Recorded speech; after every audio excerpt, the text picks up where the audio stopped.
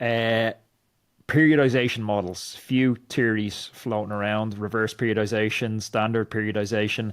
I interestingly chatted to Professor Stephen Seiler on it, and he was talking about a big study he ran where they looked at three different types of standard periodization, reverse periodization, or randomly allocated intensity.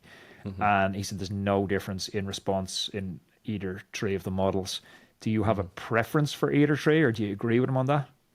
I know exactly what study you're talking about. I've referenced that in my own videos.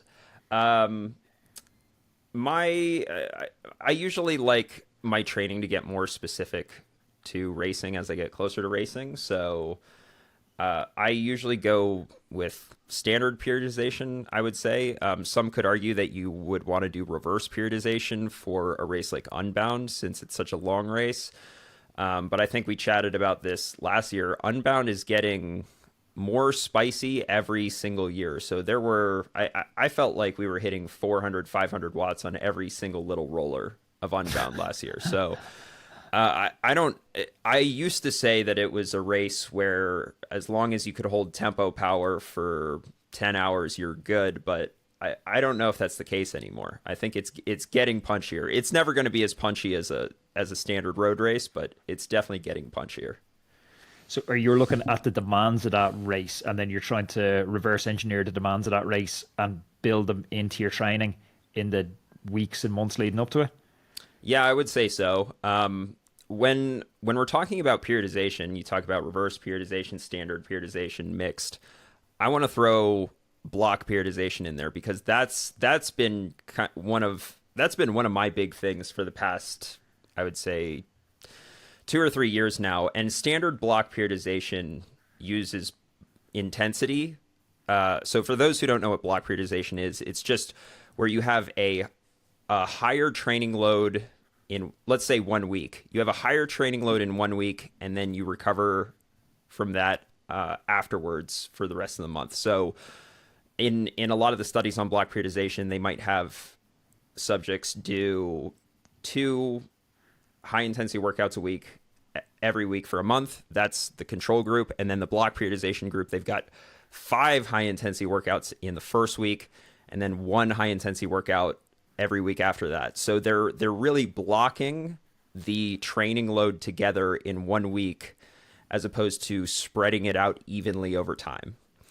I have done that. I think that works well, but I've actually been using block periodization with volume, not intensity, and I've been having great success with it, probably because the races that I do are high volume, especially Unbound.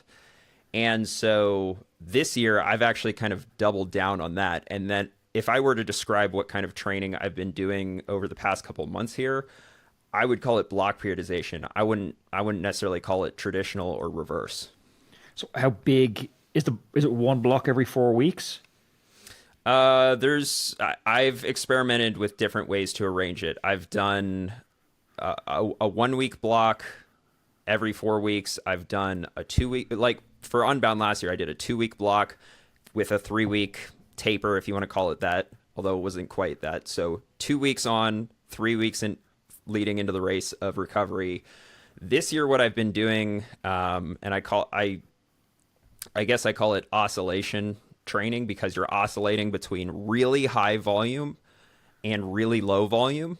So I'll just do a week of super high volume and then a week of pretty low volume. So for me, that's like 30 to 35 hours in a week. And then the next week might be 10 to 15. And then 30 to 35 and then 10 to 15. And then 30 to 35 and then 10 to 15. And how do you approach intensity on assuming there's very little intensity on the high week? On the lower week, do you ramp intensity up when volume goes down? Yeah, so in January and February, when I wasn't that fit, there was very little intensity in those weeks. But I will say that recently, I don't ramp down intensity during those weeks. I actually have high intensity, not super high intensity. I'll just have 2 intensity days in the week, but those are standard high intensity days. Like those are the kind of intensity days I would be doing if I was doing a standard volume week.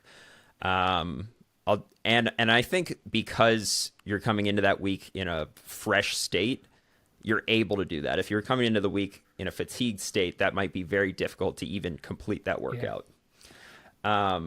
So I'll do 2 high intensity workouts in that week along with the high volume, and that makes for a very high training load for that week. But you know that you're going to have a very low training load the next week, so there's always light at the end of the tunnel. It's almost like a super compensation stage race type adaptation you're getting from it. Yeah, that's the idea. I mean, there's different ideas around why block periodization might be helpful, but that's certainly one of them. What's the leading thoughts on the gap? Like you're on, as you say, oscillating from high volume week to low volume week. Is that the gold standard, or are people leaning more towards 1 week, 3 weeks easier, 2 weeks, 2 weeks easier? Yeah, this is not the gold standard at all. This is me. This is me going into the darkness here. There's not even really good research on this oscillation theory that I have.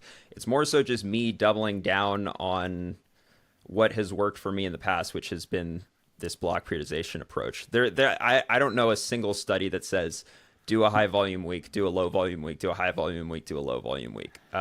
This is really me going into the darkness here.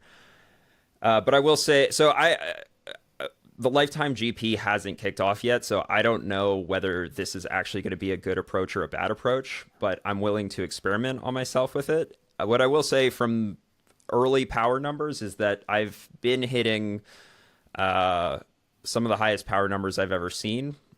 So I don't know. We'll just have to see what happens. A caveat with that is that I'm also heavier than I have been in years past, but the watts per kilo is pretty much the same, and then the raw watts is higher. Yeah, I was going to ask here, is this oscillation, I love that name because it's like a trading tool for finance pros as well.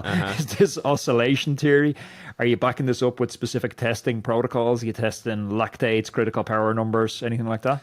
Yeah, well, I mean, the big thing that I've been into recently is durability and testing durability. I did a durability test recently where I did a 20-minute power test at the beginning of the ride, and then I rode for I think it was a 6-hour ride total, and I did a 20-minute test at the end of the ride to see. Brutal ride. Yeah, it's a brutal ride. Fortunately, I had my teammate Adam Roberge there to do it with me, so we kind of psyched each other up for both of those. And we did the tests together, and we started 30 seconds apart so that we could chase one another. Italian pursuit, we call that on the track. Yeah, exactly. So it kind of made it sort of fun as a 20-minute test could be. But I've been big into that, and there's actually research to suggest that your fatigued 20-minute power or 5-minute power, whatever you want to test, but basically your durability is more important than your fresh numbers, which is where that infamous thumbnail that I think a lot of people took out of context, FTP doesn't matter, that's where that came from. I'm not saying FTP doesn't matter, but I would say that durability actually matters more than FTP, which if you actually watch the video, you get the nuance of it. But I do realize that the thumbnail was quite inflammatory for some people. Hey everybody, let's take a quick break to talk about the bike I'll be riding this season, Reap. I've been lucky enough to ride all the top brands in the world over the past few years, but these Reap bikes, they're not the same, and I'll tell you why. Reap is the first company I've seen that isn't chasing sales targets and the mass market. They're chasing something very rare, perfection. Every bike they make, it's crafted in the UK factory, and it's not about slapping a Made in Britain label on a bike from a Chinese factory. It's about control. From the first sketch to the final build, they're hands-on, ensuring that every detail is dialed in. That's very rare in an outsourced world of mass production. What sets them apart is innovation. While others pump out the same old designs, Reap's pushing boundaries. They're not following trends, they're setting trends. Think precision and performance, like an F1 car for the road. Absolutely no compromises. And it shows, and you can feel it when you ride the bikes. These bikes are built for riders who demand the best, whether they're chasing podiums or just want a machine that feels like an extension of your body, a piece of art. It's not hype, it's substance. Ride a Reap for yourself, and you're riding something crafted with intent. So if you're serious about cycling, check them out. It's reapbikes.com. I absolutely love my one, and I couldn't recommend it highly enough. Back to the show.